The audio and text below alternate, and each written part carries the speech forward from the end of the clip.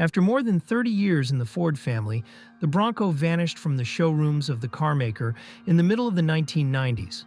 From market forces to an unfortunate period of pop cultural history playing out along the northbound 405 freeway, there were many causes for its deletion. Yet the hardy car had a strong and devoted following before the fates combined to retire it.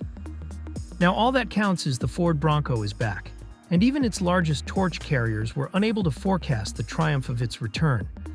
Originally debuted in 1965 and disappeared in 1996, the Bronco officially resurfaced in 2021 with an urgent ordering list and a buyer's list with throwback-flavored machines selling for more than MSRP in various locations.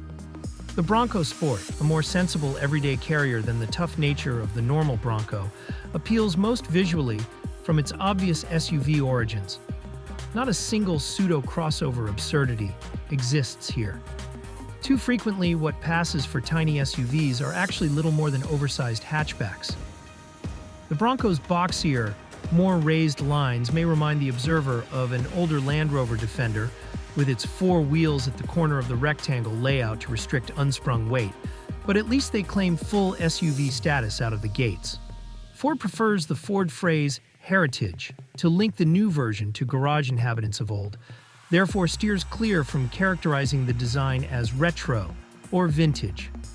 That term choice also covers the most recent Bronco brand extension, the Heritage Editions, variations of the Bronco and Bronco Sport SUVs honoring the original 60s vehicles with retro styling.